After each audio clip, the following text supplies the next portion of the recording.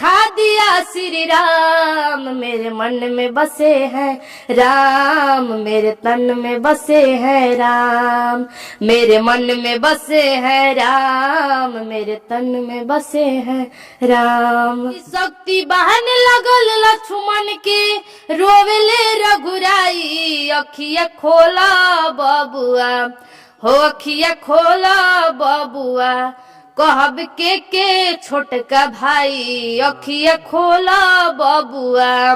कैसन बाड़े लक्ष्मण देवरवा, कैसन प्रभु जी मोर, आ पूछताड़ी सिया हो मैया, कि पूछताड़ी सिया हो मैया, गिरता नया नाम से लोर, पूछताड़ी सिया हो मैया। दोस्तों इस वक्त पूरा देश जो है वो हमारे राम लला के प्राण प्रतिष्ठा का इंतजार कर रहा है, यानी 22 जनवरी का इंतजार हो रहा है। वहीं हम आपको बता दें कि अभी हमारे साथ वायरल गर्ल सलोनी है, जो हमेशा से सामाजिक मुद्दे पे गाना गाते आई है। आज जो है हमारे राम लला पे ये जो है भजन सुनाने वाली है। ये भजन जो है आप एक बार जब सुनेंगे तो आपके रोंगटे जरूर खड़े हो जाएंगे इस सलोनी का गाना सुनकर। कैसी है सलोनी? हम ठीक है, आप कैसे हैं? बहुत बढ़िया है। राम लला का जो है तैयारियां चल रही है, आपका तैयारी क्या कुछ है गाना में? मेरा भी तैयारी है, एक और पवन सिंह का था। अच्छा, पवन सिंह का भी आपने गाना प्रिपेयर किया है राम लला के लिए? जी। कि शक्ति बहाने लगल लक्ष्मण के, रोवेले रघुराई, कि शक्ति बहाने लगल लक्ष्मण के, रोवेले रघुराई, अखिया खोला बबुआ हो, अखिया खोला बबुआ, कहब के छोटका भाई, अखिया खोला बबुआ। काजा के हम कहब अवध में, पूछी है तीनों माई, अखिया खोला बबुआ, कहब के छोटका भाई, अखिया खोला बबुआ। वाह क्या बात है, एक से बढ़कर एक हमारे राम लला के लिए जो है ये सलोनी भजन सुना रही हैं।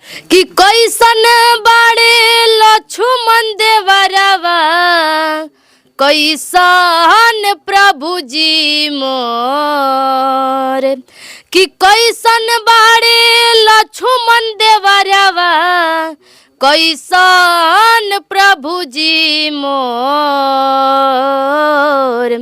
आ पूछताड़ी सिया हो मैया, कि पूछताड़ी सिया हो मैया, गिरता नया नाम से लोर,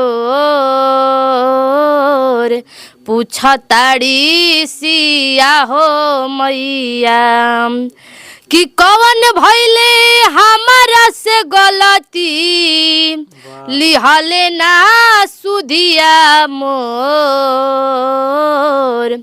कि रोवताड़ी माई हो जानकी, कि रोवताड़ी माई हो जानकी, गिरता नया नाम से लोर, पूछताड़ी सिया हो मैया।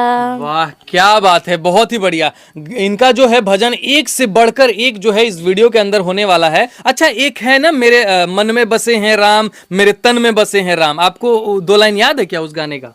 कि छाती चीर के हनुमान ने दिखा दिया श्री राम, मेरे मन में बसे हैं राम, मेरे तन में बसे हैं राम, मेरे मन में बसे हैं राम, मेरे तन में बसे हैं राम। वाह क्या बात है, ये वही सलोनी है जो सोशल मीडिया पे लगातार जो है वायरल होती हैं। इनका एक भी गाना ये गा दे और सोशल मीडिया पे वायरल हो जाता है। अच्छा, आपका जो पहचान है, आपका सिग्नेचर गाना है, हम चाहते हैं 2 लाइन वो भी सुना दीजिए ताकि लोगों को याद आ जाए आपके बारे में।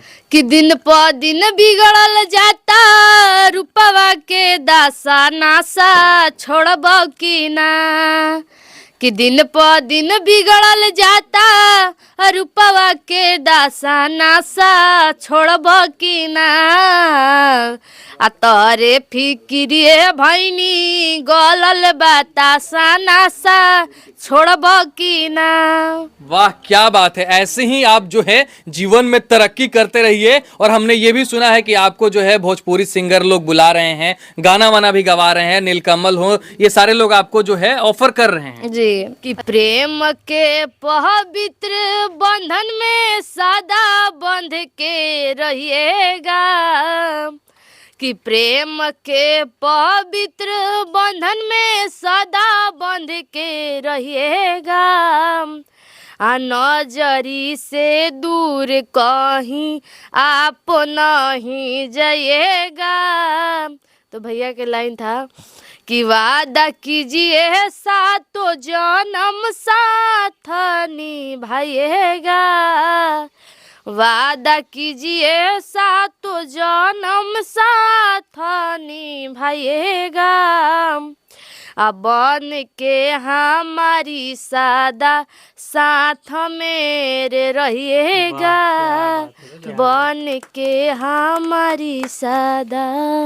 अभी धीरे धीरे चल रहा है, अब देखिए आगे चल के क्या होता है। क्या होता है। ऐसे वायरल आप हुई और आपका जो है स्टेज मतलब लाइफ जो है अच्छा खासा चल रहा है, ये आपको जमीन वगैरह भी मिला, घर भी जो बनने वाला है, तो आपको है ढेर सारी शुभकामनाएं हैं हमारी तरफ से, जीवन में ऐसे ही आगे बढ़ते बहुत रहिए। बहुत धन्यवाद। और आप सबका तो बहुत दिन है, जितने भी मीडिया कर्मी भैया लोग हैं, आप लोग के वजह से मैं इतना वायरल हुई हूँ, तो आप सबको भी बहुत बहुत धन्यवाद कि मुझे इतना ज़्यादा सपोर्ट करने के लिए। अच्छा, रामलला के स्वागत में जो है आप अयोध्या जाएंगे? हाँ अभी तो मतलब हमारे घर से लोग बोल रहे थे जाने के लिए, लेकिन हम लोग कुछ कारण की वजह से नहीं जा पा रहे हैं। अगर जाना होता तो कितना खुशी मिलता? बहुत खुशी होता जी। वर्षों का जो इंतजार ये खत्म हो रहा है 22 जनवरी को, और लोग जो हैं लगातार अयोध्या जाने का तैयारी कर रहे हैं, और सलोनी भी कहीं ना कहीं जाना चाहती थी लेकिन नहीं जा पा रही है। जी बाद में जाएंगे ना? हाँ बाद में जाएंगे, बाद में जाएंगे। हाँ। तो चलिए, अभी हमारे साथ सलोनी थी, और जो है आपको बता दे इनका एक से बढ़कर एक भजन जो है हमारे रामलला के लिए सोशल मीडिया पे वायरल हो रहा है, और मैंने आपको सुनाया भी। ये वीडियो आप लोगों को कैसा लगा कमेंट सेक्शन में जाके अपना सुझाव जरूर रखिएगा। तब तक के लिए आपका बहुत बहुत धन्यवाद। जय श्री राम।